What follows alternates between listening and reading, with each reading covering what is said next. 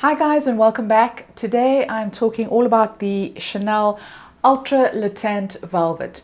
Now this is the reformulation without the SPF. I haven't tried the one with SPF, but I do prefer my foundations not to have an SPF because I prefer to apply my own sunscreen. So very happy about that. I picked this up towards the end of last year, and I picked it up because it does promise a blurring, smooth effect.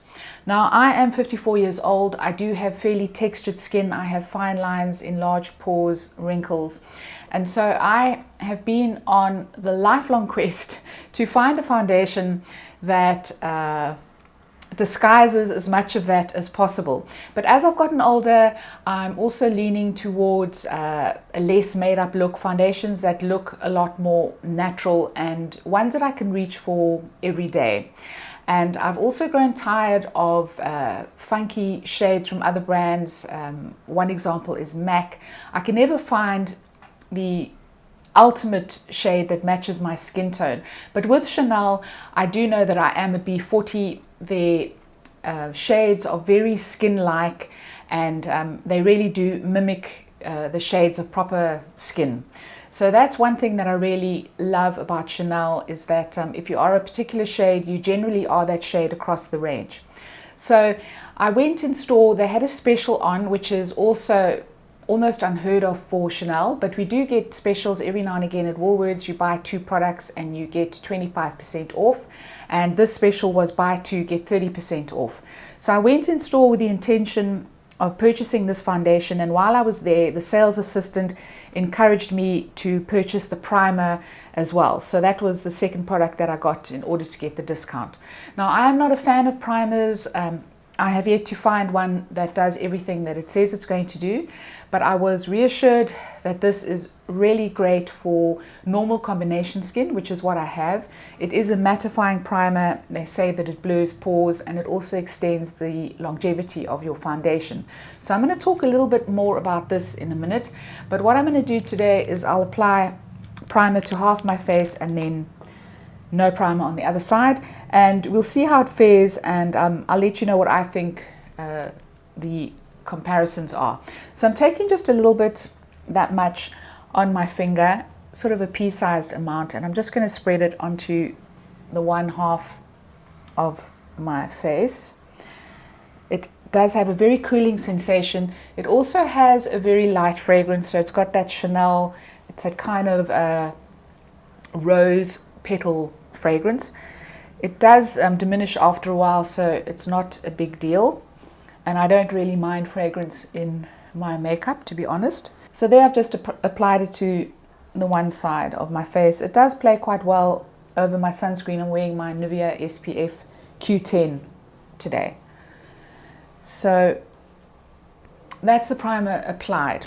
So as I say, what really drew me to this foundation is that it promises to help with my skin texture. So they do say it's blurring, it's got a velvet finish, and it is Chanel after all, and also the shade range is amazing. So I am in B40, if I haven't mentioned that.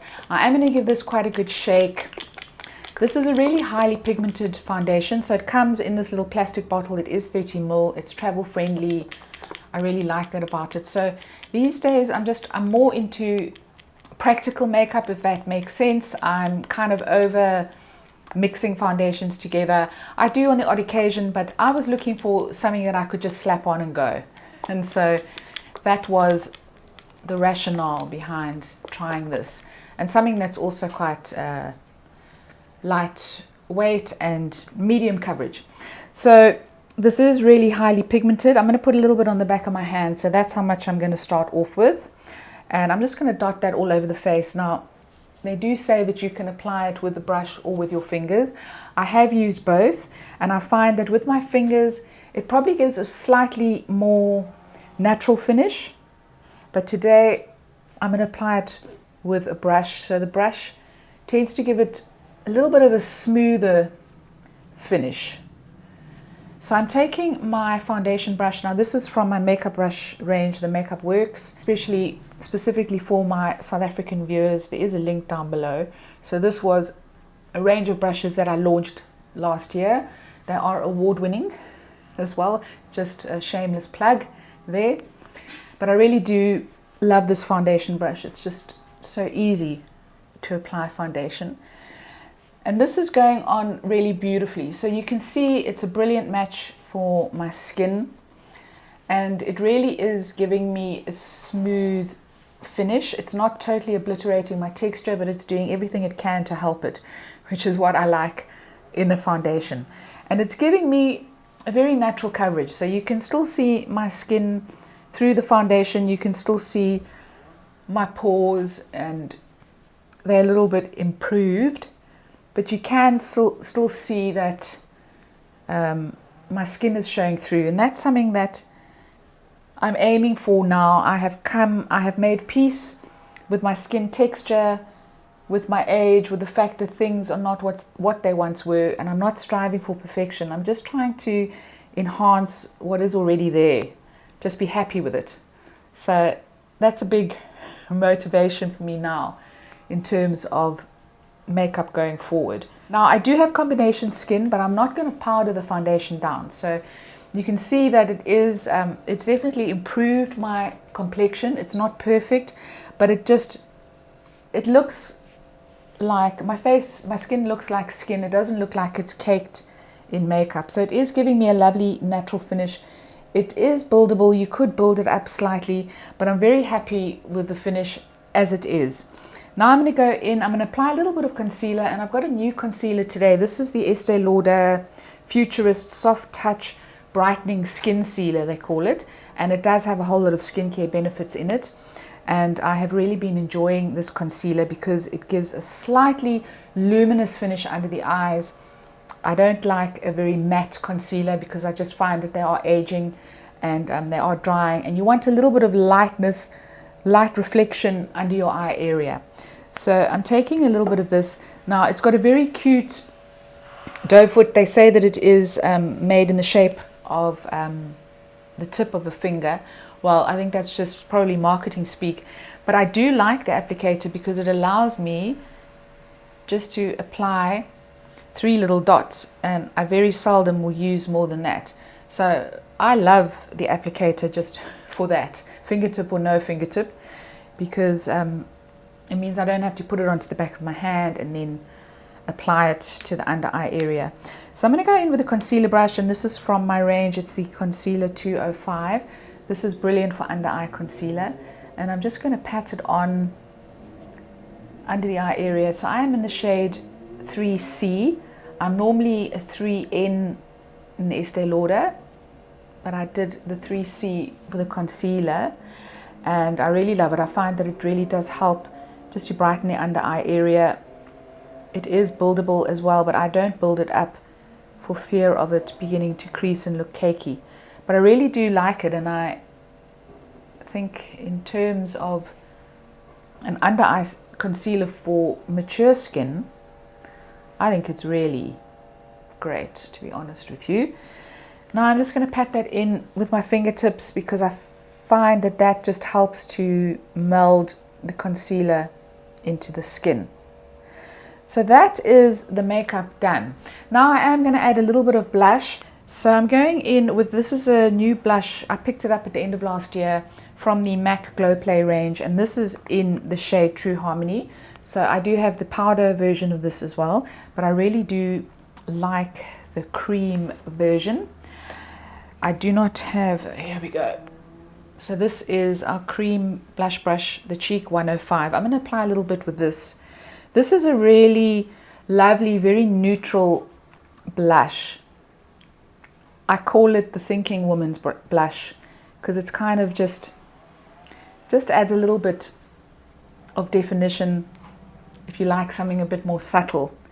So just putting a little bit of this on, and the foundation plays really well with anything that you apply to the top of it. So it works really well with a cream blush and a powder blush as well. So that's just giving me a little bit of color. So before I apply the lipstick, we're just going to talk a little bit about the primer. So this is a side that I put primer on. This has got no primer. If I have to look at it very closely, I would definitely say that the side with the primer is definitely looking a little bit smoother. My texture is definitely smoother on that side. So I will give the primer points for that. And I can also tell you that it does extend the longevity of your foundation slightly as well. So kudos to the primer for that. But is it worth paying that amount of money for something, for an effect that is quite subtle? I'd have to say no. To be honest with you, it's not something that's blowing me away where I'm like, wow, you know, it's really done absolute miracles for my skin. But it has improved the texture slightly.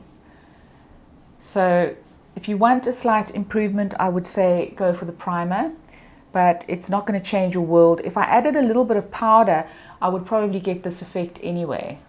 So let me know what you think. Let me know if you've used the primer. Be interested to hear what you think about it.